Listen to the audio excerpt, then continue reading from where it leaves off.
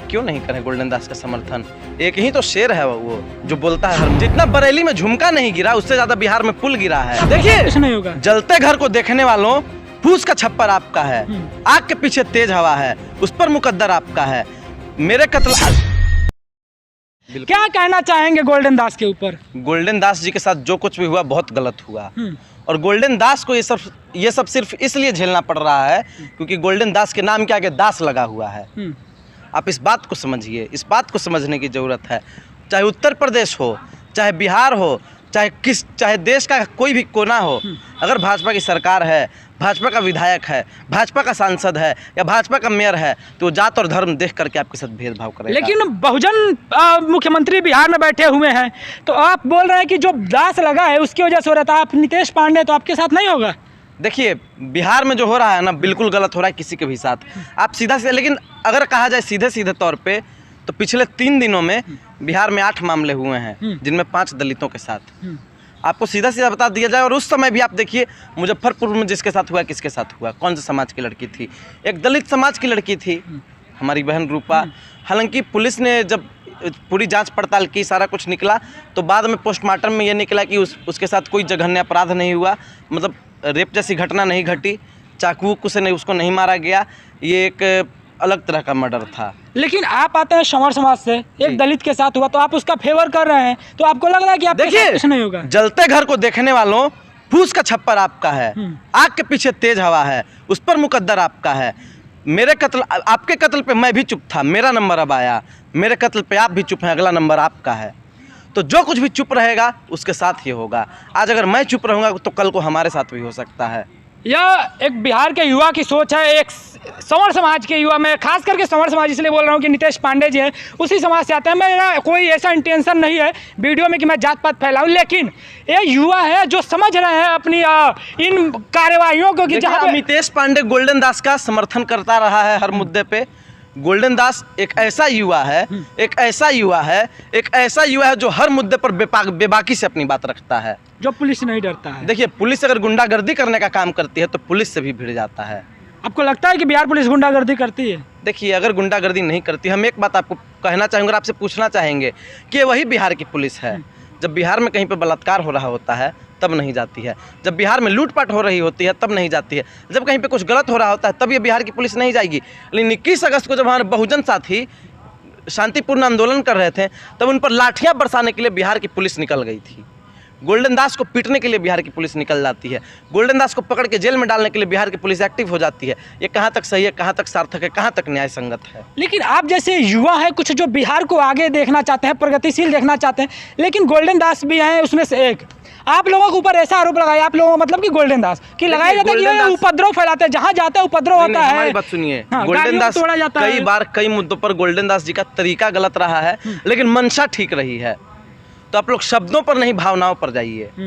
Golden दास एक ऐसा व्यक्ति है जिसको जो कहीं पे अगर चला जाता है ना तो उसको देख करके उसके समाज के अंदर साहस आ जाता है। तो आप लोग इस चीज़ को देखिए, इस चीज़ को समझने की कोशिश कीजिए।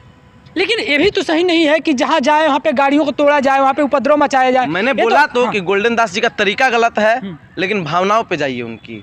फिर भी आप गोल्डन दास का समर्थन कर रहे हैं। देखिए क्यों नहीं करें गोल्डन दास का समर्थन। एक ही तो शेर है वो जो बोलता है हर मुद्दे पर खुल करके, बहुजनों का समर्थन करता है। जहाँ कहीं भी किसी दलित के साथ कुछ होता है गोल्डन दास सबसे पहले पहुँचता है। तो क्यों नहीं नीतीश पांडे बोलेगा गोल्डन दास के बारे में? ये भी एक परिवर्तन ही देखा जा सकता है कि बिहार में 2 समाज के लोग एक साथ आ रहे हैं और एक साथ मिल करके सत्ता के खिलाफ लड़ाई लड़ रहे हैं। लेकिन वहाँ पे बहुजन की सरकार है, बहुजन के मुख्यमंत्री हैं नीतीश कुमार जी, तो क्या बोलना चाहेंगे? तो उनकी सरकार है उन्हें। देखिए नीतीश कुमार जी की बात जहाँ तक की जाए ना, नीतीश कुमार जी से बिहार की जनता त्रस्त है।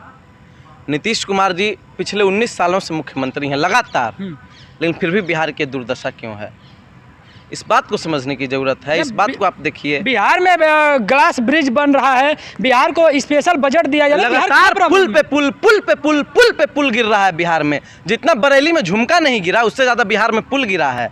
आप लोग इस पर सवाल नहीं करेंगे, लेकिन आप नीतीश कुमार को महान बताएंगे, लालू जी को महान बताएंगे, सम्राट चौधरी को महान बताएंगे। कैसे पत्रकार हैं आप? कहाँ से आप पत्रकारिता किए हैं? बिहार में पुल तो गिर रहा है, बात सही है, लेकिन मुख्यमंत्री क्या बात सही नहीं, बात सही है ये कहिए। बात बिल्कुल सही है। तब और क्या। लेकिन नीतीश कुमार जाके मसाला नहीं ना बनाएंगे, उनको इंजीनियर के ऊपर कार्रवाई करनी तो वो कर रहे हैं। देखिए नीतीश कुमार जी खुद इंजीनियर रहे हैं। हाँ। एक और आपके जैसा पत्रकार हमारे बिहार में घूमता, छोड़िए माइक छोड़िए, माइक छोड़िए इससे करके। मैं मनीष कश्यप, यहाँ कैमरे का फोकस कीजिए। ये जो नाला है, ये नाला जो है सड़क से ऊपर क्यों बना है, सड़क से ऊंचा क्यों बना है? आप ही की तरह सवाल कर रहा था वो पत्रकार मनीष कश्यप भी। फिर क्या किया, भाजपा का ऐसा पट्टा उट्टा ओढ़ लिया, कहता है मैं भाजपा में हूँ। मनीष कश्यप से आप कंट्रोवर्सी मत करिए, पता है ना वो बीजेपी में शामिल हो गए हैं, कार्रवाई भी हो सकती है आपकी। कौन बीजेपी में? भाजपा वाला से हम लोग डरेंगे? बीजेपी में शामिल हो गए हैं तो हो गए हैं।